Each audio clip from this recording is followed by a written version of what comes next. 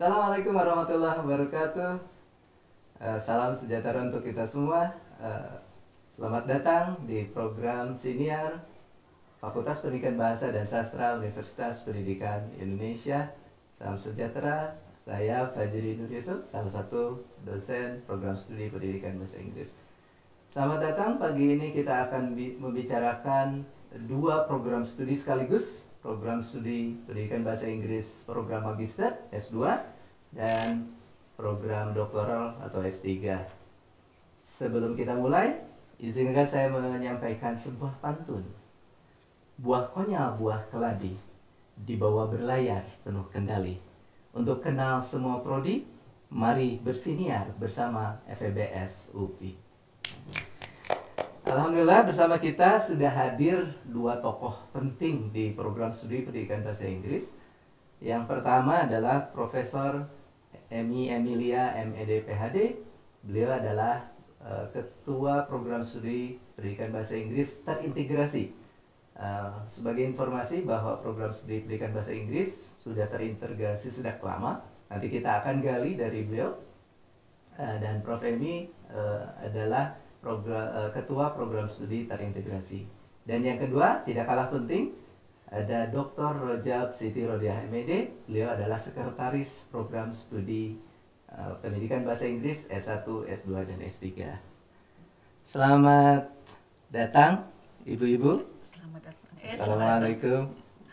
Alhamdulillah sudah berkenan meluangkan waktu pada kesempatan pagi ini dalam acara siniar FEBS ya. Ada beberapa hal, saya akan mulai dengan Prof. Emi terkait kapan sih sebetulnya program studi pendidikan bahasa Inggris, program magister dan doktor ini berdiri, dan apa sih sebetulnya alasan kenapa program studi S2 dan S3 ini didirikan, Ibu? Terima kasih Pak Fajri. Assalamualaikum warahmatullahi wabarakatuh. Program studi magister, program pendidikan bahasa Inggris itu didirikan pada tahun 1997 ya. Jadi angkatan pertama dari program magister itu tahun 1997. Kemudian program doktor itu angkatan pertamanya tahun 2004 ya. Nah, jadi saya masih ingat karena waktu itu saya kembali dari Australia, selesai S3, kemudian sudah ada program S3 yang angkatan pertama tahun 2004.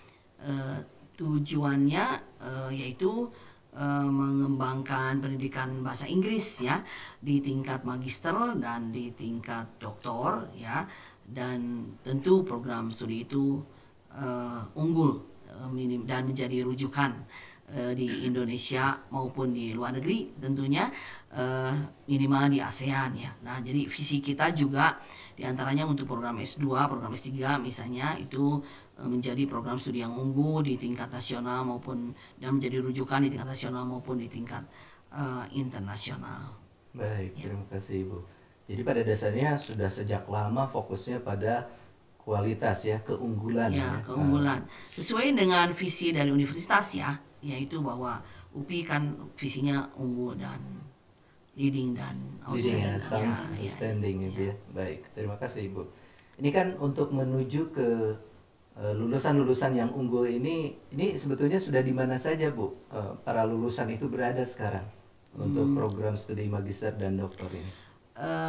Kalau program magister itu kebanyakan ketika daftar menjadi mahasiswa S2 itu mereka juga sudah bekerja ya kebanyakannya, kemudian dan setelah mereka lulus mereka ada kebanyakan menjadi dosen, kemudian ada juga yang menjadi tenaga pengajar di tempat kursus, kemudian mereka juga ada juga yang mengembangkan kursus sendiri seperti di program S3 misalnya, program S2 juga.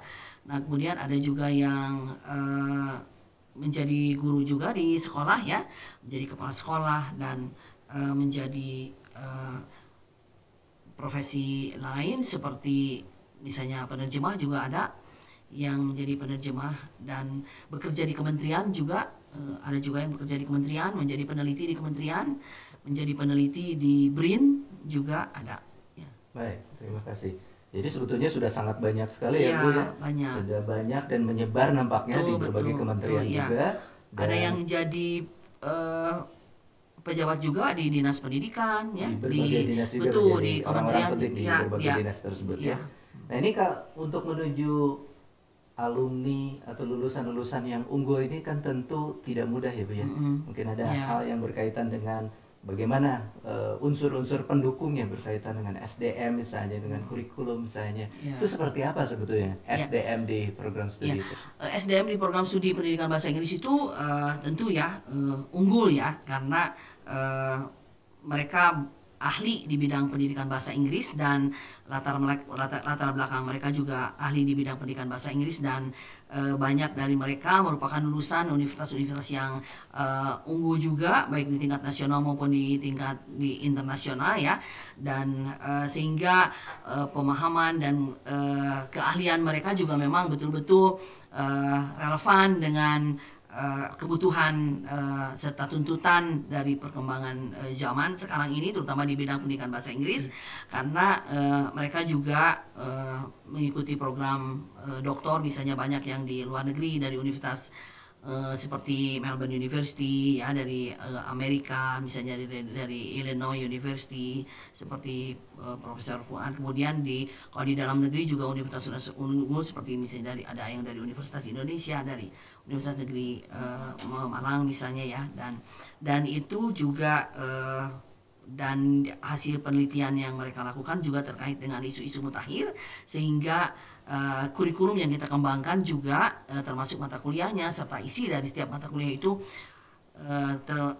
semua mencakup hal-hal yang memang sekarang ini dibutuhkan, termasuk seperti kecakapan abad 21 ya, kemudian pengembangan teknologi di dalam pembelajaran. Kemudian dari segi teori kebahasaan juga prodi kita itu sangat kuat ya di dalam pengembangan teori misalnya linguistik sistemik fungsional, yang juga merupakan teori linguistik yang besar sekali pengaruhnya terhadap dalam pengembangan pengajaran bahasa, khususnya bahasa Inggris, tidak hanya di Indonesia tapi juga di berbagai negara dan berbagai benua. Jadi itu yang kami tekankan juga kepada para mahasiswa, bahwa mereka memiliki pengetahuan yang memang relevan dengan perkembangan zaman dan perkembangan pengajaran bahasa Inggris serta perkembangan kebahasaan yang nantinya akan relevan ketika mereka pergi kemanapun mereka misalnya bisa memanfaatkan kemampuan itu. Dan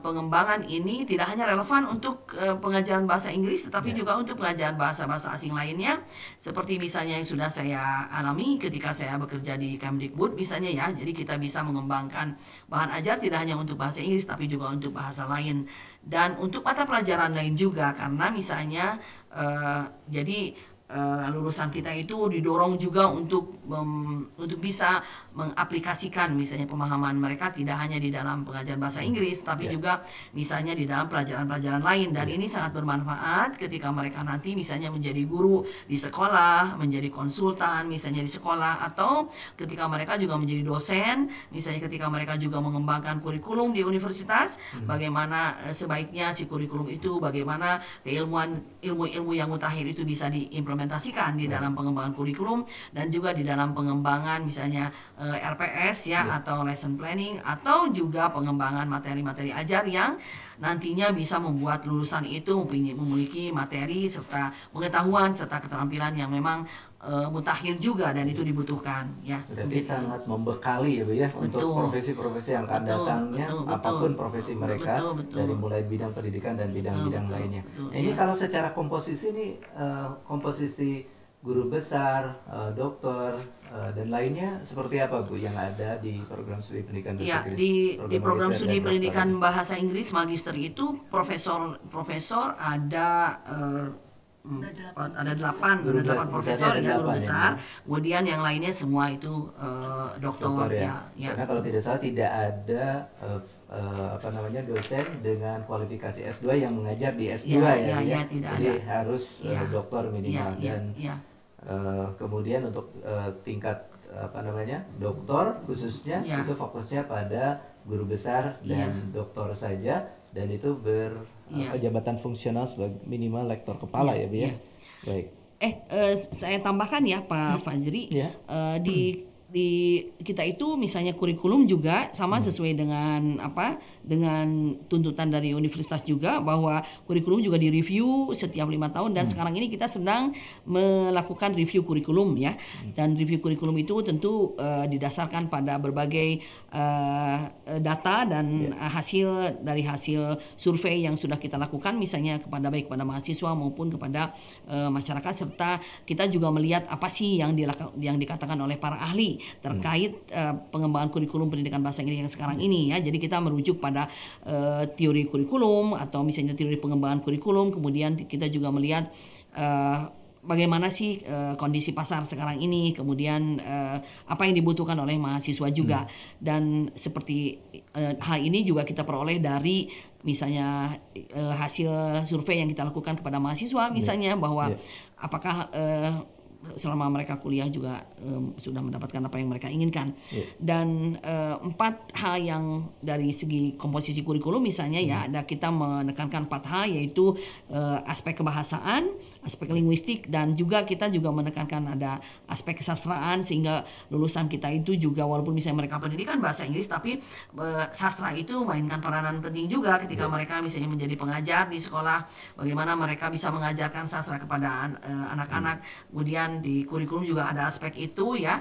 Kemudian ada aspek kebahasaan, ada aspek pengajaran, tentu pengajaran bahasa Inggris, dan termasuk kurikulum di sini ada kurikulum, ada pengembangan kurikulum, ada analisis kurikulum misalnya untuk S2, dan ada pengembangan kurikulum untuk S3, sehingga lulusan S3 itu nanti diharapkan bisa menjadi orang yang menjadi orang sebagai orang yang berperan penting di dalam pengembangan kurikulum, profesional baik baik di atau di lembaga yang tempat mereka bekerja, maupun di tingkat internasional, misalnya seperti nanti bisa berperan di Kemendikbud misalnya menjadi tim dari pengembang kurikulum ya, misalnya khususnya bahasa Inggris misalnya, tapi pengembangan kurikulum yang lain juga. Kemudian kurikulum dan assessment ya, aspek assessment.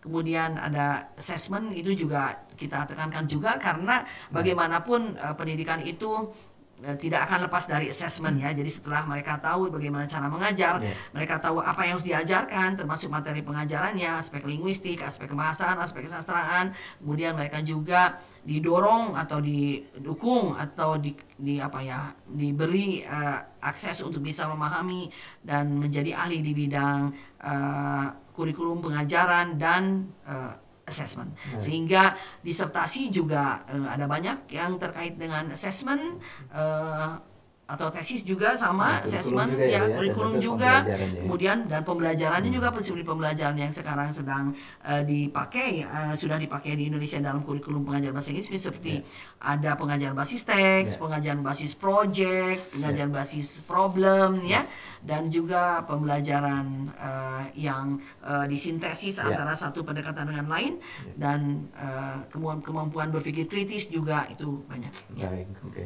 Barangkali ada hal yang ingin ditambahkan oleh Ibu Sekretaris Prodi, Bu Dr. Rajab, terkait SDM unggul yang ditawarkan oleh program magister dan program dokter, serta kurikulumnya seperti apa, Bu? Mungkin Ibu bisa bicara hal yang agak lebih praktis mungkin berkaitan dengan bagaimana implementasinya di lapangan. Baik ya, terima kasih Pak Fazri. Kalau untuk SDM, kualitas SDM sepertinya tadi sudah dielaborasi oleh Bu Emi ya. Jadi memang kita memiliki profesor yang sudah mumpuni dalam bidangnya gitu ya. Kemudian untuk doktor juga lulusan dari universitas untuk yang berkualitas baik dari dalam maupun luar negeri. Dan semuanya juga berperan aktif ya dalam bidang pendidikan. Banyak yang sudah berperan baik dalam tingkat internasional maupun nasional ya. Misalnya terlibat di kegiatan di Puskurbuk ya. Yang berarti mereka tuh merupakan orang yang baru dalam bidang pendidikan. Gitu ya. Sudah dikenal oleh lembaga-lembaga di Indonesia ini. Baik sebagai penulis buku, sebagai penilai buku juga, dan juga peneliti tentunya ya. Peneliti itu juga dari level lokal, nasional maupun internasional. Saya kira para dosen kita juga banyak yang sudah terlibat ya. Bagaimana dengan publikasi mereka, Bu? Ya, termasuk karya-karyanya publikasi ya. Semua sudah punya Scopus ID saya yakin ya. Jadi karya-karyanya juga bisa dilihat dari website Google Scholar. Jadi nah ini untuk mendukung pembelajaran yang baik, proses yang baik, penyajian konten pembelajaran atau perkuliahan yang baik, kemudian sampai ke tingkat evaluasi kan bukan hal yang mudah ya Bu ya. Itu diantaranya misalnya ada pendukung apa ya, ada fasilitas apa yang kemudian didukung oleh fakultas, oleh universitas sehingga pembelajaran berkualitas di dalam kelas termasuk praktek-praktek di lapangan dan terkait penelitian di lapangan itu bisa terlaksana dengan baik Bu Rajam. Untuk penelitian, beberapa mahasiswa bisa dilibatkan dalam kegiatan pendidikan dosen sehingga mereka ketika terlibat dalam penelitian itu bisa juga sebagai bagian dari tulisan mereka gitu, sehingga ini akan menunjang, mempercepat penyelesaian studi mereka. Kemudian salah satu hal yang juga dilakukan Prodi untuk mempercepat penyelesaian studi adalah diantaranya dengan postgraduate seminar ya, jadi mana itu para mahasiswa bisa menampilkan atau mempresentasikan ya progres sejauh mana mereka menulis baik itu proposal atau tesis dan disertasi. Juga ada bimbingan bersama di mana para pembimbing dan mahasiswa berkumpul pada suatu waktu ya, pada satu tempat, sehingga karena kadang-kadang kan permasalahannya itu ketika mereka harus bimbingan dan mencari dosen itu sulit gitu ya, sehingga kita memfasilitasi dengan menyediakan tempat dan waktu untuk melakukan bimbingan bersama, dan menurut mahasiswa itu merupakan hal yang cukup membantu dan positif tentu saja ya, sehingga mempertemukan dua pihak ya, dari mahasiswanya dan dari para pembimbing ya, bisa lebih efisien. Iya, iya. Saya mendengar itu hal yang positif dan sangat ditunggu-tunggu. Ini moga-moga menjadi program-program baik dari prodi selanjutnya ya. Ini kalau untuk kegiatan yang sifatnya menunjang, selain tadi ada postgraduate seminar, kemudian ada kegiatan bimbingan bersama dan lain-lain, itu ada apa lagi, Prof. Emi? Kegiatan yang menunjang kita juga melakukan banyak program, diantaranya misalnya untuk menambah pengetahuan kepada mahasiswa sehingga mereka tidak hanya mendapatkan ilmu dari dosen-dosen yang di dalam, kita juga mengundang para dosen dari luar seperti ada ejang profesor misalnya ya, ada program itu. Kemudian mereka dan para ejang profesor itu memberikan kuliah umum, ada kuliah tamu juga. Kemudian banyak juga para mahasiswa yang terlibat dalam program seperti ada workshop yang dan kita juga memberi izin untuk itu dan kita juga mendorong untuk itu. Kemudian para para mahasiswa juga tentu kita dorong juga karena salah satu syarat juga kan mereka harus menghasilkan karya ilmiah yang diterbitkan di jurnal baik Sinta maupun Scopus ya. Dan itu juga memberi pengalaman kepada mereka untuk bisa menulis artikel jurnal, dan ini merupakan hal yang sangat penting menurut saya, apalagi bagi mereka yang nantinya akan bekerja menjadi akademisi ya, dan sehingga mereka sudah mempunyai pengalaman untuk menulis artikel jurnal ini, dan diharapkan mereka menjadi penulis yang produktif setelah lulus dari program studi kita. Berarti kalau begitu dukungan itu tidak hanya di perkuliahan yang berkualitas ya, difasilitasi juga dengan berbagai kegiatan dan tentu juga berkaitan dengan finansial biasanya nih. Ini kalau beasiswa apa yang banyak ditawarkan gitu ya? Kita kayaknya tidak menawarkan beasiswa ya, Pak Fajri, karena mahasiswa itu datang ke sini mereka sudah dapat beasiswa sebenarnya. Jadi banyak sekali mahasiswa yang datang ke UPI itu dengan beasiswa. Jadi tidak memberi beasiswa. Kemudian ya mungkin kita bisa memberikan sedikit bantuan kalau misalnya ada yang melakukan seminar misalnya di tingkat internasional itu pun, tapi itu juga hanya sedikit ya. Dan itu jadi untuk S2, S3 ini kebetulan di program studi pendidikan kita itu mereka sudah aktif sendiri ya. Jadi dan mereka juga sudah kebanyakan mereka sudah mendapatkan. Paling tidak mungkin manajemen program studi memberikan izin yang luas ya untuk aktivitas pengembangan diri dari mahasiswanya kan gitu ya. Dan kalau tidak salah kalau berkaitan dengan penelitian dan pengabdian itu mereka juga dilibatkan ya. Dan mereka kalau dilibatkan dosen melamar untuk sebuah hibah misalnya, itu perlu melibatkan dosen begitu ya? Betul, karena itu memang itu kan kebijakan dari kementerian juga ya, bahwa dosen melibatkan mahasiswa misalnya. Nah, kita melibatkan mahasiswa itu kan sebenarnya banyak sekali mendapatkan manfaat. Pertama, data yang kita peroleh itu juga bisa merupakan data mereka juga. Kolaborasi Jadi antara dosen dan jadi mahasiswa kan? jadi mereka juga bisa menggunakan data yang kita peroleh sehingga mereka tidak usah melakukan pengumpulan data ya, karena kita bisa mereka bisa menggunakan data kita. Kemudian karena kita juga kan dituntut untuk misalnya penelitian itu selesai ya kan, dan bisa dalam waktu 1 tahun, otomatis mereka juga kan diminta untuk menganalisis datanya dengan cepat ya. Itu dan itu harusnya itu yang yang jadi pada dasarnya setiap mahasiswa baik itu program magister maupun doktor itu didukung dalam semua halnya ya, dari proses di kelas maupun proses penelitiannya, dan tentu ada tadi dukungan-dukungan yang sifatnya perizinannya, dimudahkan perizinannya oleh prodi. Baik, nah ini kalau berkaitan tadi kerjasama, tadi Prof. Emi menyampaikan ada kerjasama baik dalam negeri dan luar negeri. Ini bagaimana keterkaitannya dengan dukungan terhadap proses tadi, proses perkuliahan, proses penelitian atau pengabdian, seperti apa ini? Begini ya, dengan kita kerjasama dengan yang lain, dengan lembaga-lembaga lain baik di dalam maupun di luar negeri, itu minimal kan misalnya hasil kerjasama itu ada dampaknya terhadap minimal terhadap dosen. Ya tentu. Jadi dosen yang ada di program studi itu misalnya wawasannya luas ya, kemudian ada sharing pengetahuan serta kecakapan baik dalam penelitian maupun menulis dengan dosen-dosen dari lembaga lain ya.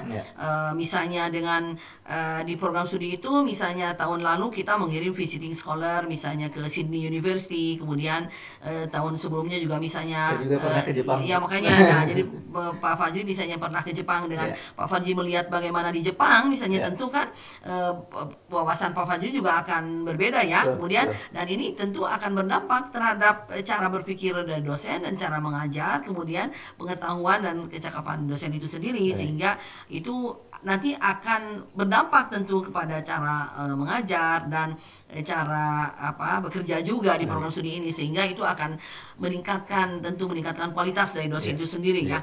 Kemudian para dosen ini juga dengan bekerja sama dengan luar negeri, misalnya mereka menulis dengan dosen-dosen dari luar negeri seperti misalnya kemarin saya misalnya dengan Jim Martin dari Sydney University, kemudian yang lain itu ada yang dari Australia lagi misalnya, yang lain juga.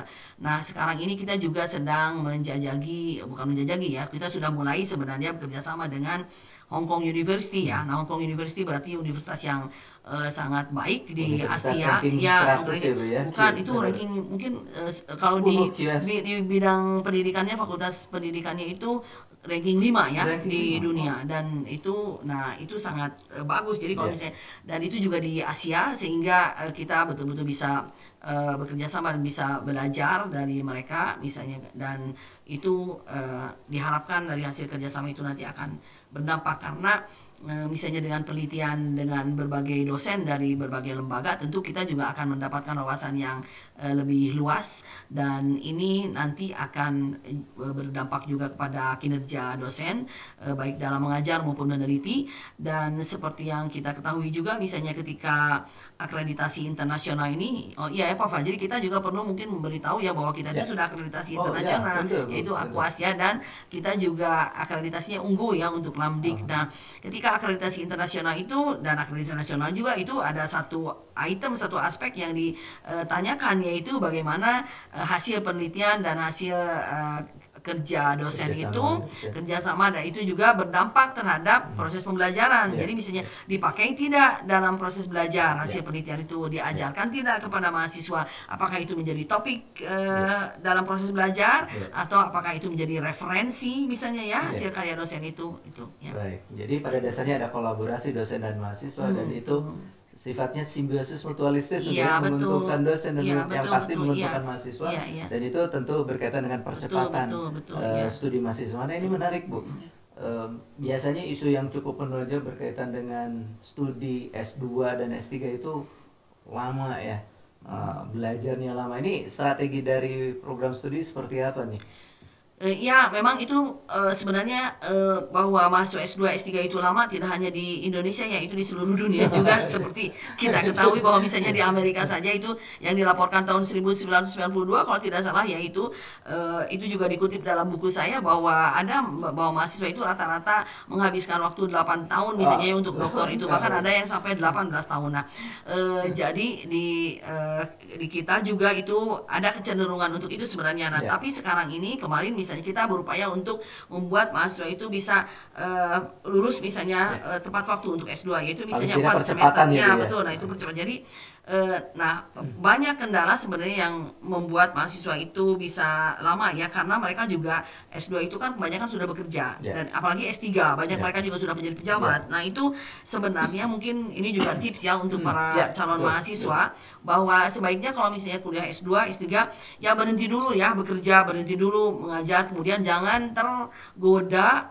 dengan berbagai proyek yang mungkin bisa membuat mahasiswa itu mendapatkan uang, tetapi itu tidak akan menjadi doktor. Nah, jadi itu perlu mahasiswa perlu fokus. Jadi bahwa dan harus bisa mengatakan tidak kepada hal-hal atau kegiatan-kegiatan yang tidak akan menjadikan mereka menjadi doktor. Nah, jadi itu sebenarnya yang banyak yang tergoda dengan hal seperti itu, sehingga akhirnya ujung-ujungnya kehabisan waktu. Nah, sekarang ini misalnya dengan tadi seperti program yang sudah dikatakan oleh Bu Rojab ya, bahwa mahasiswa dikumpulkan dan kita cek seperti apa.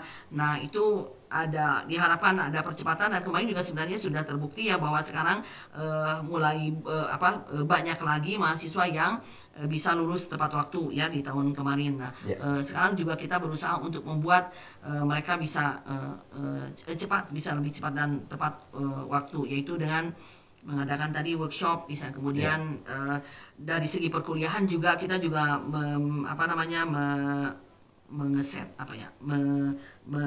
merencanakan atau memberi perencanaannya itu bisa ada beberapa mata kuliah yang bisa mendorong mahasiswa untuk bisa menyelesaikan proposalnya, misalnya mulai dari semester 1. Dan kita juga sekarang kebijakan juga sudah memungkinkan mahasiswa untuk bisa lebih cepat menyelesaikannya, yaitu karena karena mereka bisa melakukan ujian proposal sebelum ujian kualifikasi. Nah, sebelumnya kan harus ujian kualifikasi dulu, dan itu ada syaratnya. Nah, sekarang tidak. Jadi mereka bisa ujian proposal akhir semester 1, mereka bisa ujian proposal kalau proposal sudah siap, dan beberapa mata kuliah mendorong untuk mahasiswa bisa ke situ ya, untuk bisa cepat ke situ. Jadi asik sekali sekarang akhir semester 1, awal semester 2 sudah bisa seminar proposal. Ini artinya betul-betul percepatan. Untuk S2 4 semester itu saya kira bisa dicapai, dan untuk S3 bisa 6 semester. 6 semester. Jadi mereka harus niat mereka belajar di UPI ini ya itu harus 4 semester untuk S2 dan 6 semester atau misal maksimal 7 semester untuk S3. Karena itu seharusnya itu. Nah, jadi sebenarnya lembaga maupun mahasiswa juga berkepentingan untuk bisa lulus tepat waktu itu, karena mahasiswa juga tidak terlalu lama menderita ya. Jadi artinya kalau misalnya mahasiswa itu lama sampai berapa tahun kuliah, itu sebenarnya ada faktor X. Nah, faktor X-nya itu yang tentu hidden ya, tidak bisa dikatakan, dan itu sebenarnya dari kedua belah pihak. Dan banyak juga misalnya yang kita dosen kadang-kadang bertanya kepada mahasiswa, tapi mahasiswanya misalnya sibuk juga sendiri. Nah, karena itu kita berharap bahwa mahasiswa juga bisa fokus, karena mengerjakan program magister, mengerjakan program dokter itu bukan hal yang mudah ya. Nah, jadi dengan demikian itu perlu keseriusan dan perlu kerja yang fokus, perlu kontinuitas. Artinya apa ya? Perlu keberlanjutan yang bisa terus-terus konsisten dalam cara bekerja dan cara belajar. Itu sangat ditentukan. Jadi perlu diketahui oleh para mahasiswa bahwa waktu 3,5 tahun itu untuk mahasiswa yang full time. Artinya full time itu mereka sepenuhnya bekerja di situ. Karena di luar negeri juga kalau misalnya mahasiswa sambil bekerja itu berarti part time, itu 8 tahun ya. Nah, jadi kalau misalnya mahasiswa itu sambil bekerja, ya itu otomatis itu akan 8 tahun. Dan kalau 8 tahun itu mungkin hal yang wajar saja ya, karena di tempat lain juga memang begitu. Jadi 3,5 tahun itu artinya apa? Mereka full hanya bekerja itu. Bahkan mungkin mimpinya juga harusnya tentang disertasi ya, tentang tesis begitu. Jadi kalau bicara di mana-mana juga itu tentang how is your thesis going, how is your dissertation going. Jadi bukan nah itu jadi artinya bukan bajunya bagus atau bukan, tapi nah itu arti full time itu. Jadi sehingga itu bisa cepat. Kalau memang tidak bisa begitu ya artinya kita harus siap-siap untuk harus menghabiskan waktu yang lama. Dengan demikian berarti kita juga pikiran kita juga akan lebih lama ya memikirkan tesis disertasi itu. Nah, kita mahasiswa perlu memilih misalnya yang mana yang Ya, skala prioritas Betul, ini. skala prioritas ini Baik. harus ada skala prioritas. Ini informasinya sangat berharga sekali, baik untuk calon mahasiswa program studi magister dan doktor di pendidikan bahasa Inggris maupun mahasiswa yang sedang aktif sekarang untuk, atau mungkin yang sedang berjibaku ya menyelesaikan tesis dan disertasi. Nah ini Bu Rojab barangkali bisa memberikan informasi terkait apa sih yang menjadi syarat untuk menjadi calon mahasiswa program studi magister dan doktor di FEB SUP ini, baik itu dari syarat seleksi mungkin ya prosesnya, kemudian nanti syarat menjadi mahasiswanya. Barangkali ada info-info yang bisa dibocorkan untuk para pemirsa semua. Ya, kalau untuk menjadi mahasiswa S2 itu berarti lulusan dari S1 dengan IPK minimal 2,75 ya. Sementara kalau untuk doktor berarti mahasiswa lulusan S2 magister, ya S2 dengan IPK minimal 3 ya. Nah, itu dari syarat dari segi IPK ya. Nah, kalau untuk sertifikat bahasa ya, nilai TOEFL seperti itu juga ada, walaupun biasanya itu nanti menjadi syarat Iya, sempro syarat ya. Sempro. Bukan itu syarat kelulusan Syarat kan? ujian ya, Kelulusan, syarat ujian. Untuk S2 itu 550 ya, TOEFL-nya, dan untuk S3 itu 575. Ya, sedangkan kalau untuk tesnya itu Ya. kita ada tes skolastik itu ya, Iya. TPA ya. TPA, tes dan potensi ada akademik ya Bu ya. interview biasanya. Wawancara. Wawancara dan ada tes bahasa Dan Inggris. ada tes tulis ya. Tes tulis kita ya? memberikan tes tulis untuk menuliskan rencana penelitian mereka gitu ya. Baik, jadi itu bisa dipersiapkan ya. Ada tes TPA, tes berbahasa Inggrisan, kemudian tes wawancara serta tes menulis. Jadi perlu disiapkan. Kenapa? Mungkin kalau untuk menulis ini persiapan tesis dan disertasi ya sebetulnya ya. Biasanya. Jadi biar fokus sejak awal ya. Iya. Baik. Lihat Nah, teks Melihat persiapannya juga. teks akademik ya. Iya, Jadi jadi teks bagaimana akademik. kita bisa melihat kemampuan menulis mereka sebenarnya, walaupun hanya sedikit tes tulisnya itu, tapi kita bisa melihat kemampuan menulis mereka. Baik, Ya. baik, terima kasih. Kemudian ini berkaitan dengan apa sih yang bisa ditawarkan kepada para mitra nih. Kita akan punya stakeholders ya, para mitra yang mendukung semua proses yang ada di program studi ini. Mungkin bisa dari Bu Raja, kemudian Prof. Emi juga. Dukungan-dukungan atau undangan-undangan mungkin ini. Mitra Terhadap seperti- proses ya. perkuliahan, Oh, kemudian yang ya. lain-lain. Mitra kita itu ada banyak ya, baik universitas maupun sekolah, maupun lembaga-lembaga lain. Nah, jadi kalau terhadap mitra mungkin melalui kerjasama ini seperti sekarang ini, misalnya kita mengajukan program summer program misalnya ya. Nah, itu diantaranya para pesertanya itu diharapkan akan datang dari lembaga-lembaga terutama di luar negeri yang bekerja sama dengan kita misalnya gitu ya. Nah, kemudian program-program lain juga seperti kita sering mengadakan dengan kerjasama dengan asosiasi profesi, misalnya asosiasi TEFLIN ya, kemudian asosiasi sistemik linguistik juga, asosiasi PLTIN dan sebagainya. Kita juga bekerja sama melaksanakan misalnya webinar ya, atau workshop, kemudian bekerja sama dengan, kita juga terlibat dalam kerjasama misalnya kemarin tahun lalu itu dengan CKIL ya, CML Kitab in Language. Nah, kita juga melakukan penelitian dan kita juga melakukan seminar hasil penelitian, kemudian menyusun policy briefnya seperti apa dari hasil penelitian itu. Dan dengan lembaga lain juga seperti misalnya termasuk Asia TEFL ya Bu ya? Termasuk Asia TEFL. Nah, ini sekarang juga kita termasuk menjadi host dari TEFLIN untuk dan tahun ini, untuk tahun ini ya. Kemudian kita juga sering menjadi host dalam ya tadi seminar-seminar yang bekerja sama dengan dengan asosiasi profesi.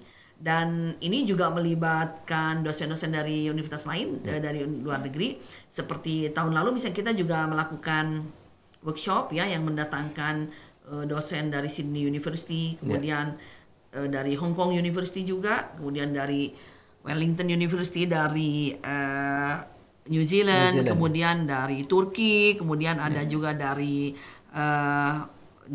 mana lagi ya, lupa, dari Jepang, kemudian kemarin kita melakukan itu. Nah, itu semua merupakan kegiatan yang diantaranya juga untuk mendukung para mahasiswa untuk bisa mendapatkan wawasan ya yang lebih luas, bagaimana mereka bisa melihat program pengajaran bahasa Inggris, misalnya seperti kemarin itu ada Roger Palmer menjelaskan pengajaran bahasa Inggris di Jepang. Kemudian seperti di Hong Kong juga ada kemarin ada Dr. Mark Shum misalnya menjelaskan bagaimana sih dan pengajaran betul ya, dan KAI bagaimana menjelaskan pengajaran bahasa Inggris misalnya di Hong Kong ya, dan bagaimana penggunaan teknologi dalam pengajaran bahasa Inggris misalnya di Hong Kong, dan itu juga memberi wawasan yang cukup banyak ya, dan cukup luas kepada kita semua. Baik, terima kasih banyak. Ini tadi Bu Roja belum menyampaikan terkait jika mereka yang S1-nya tidak linier nih.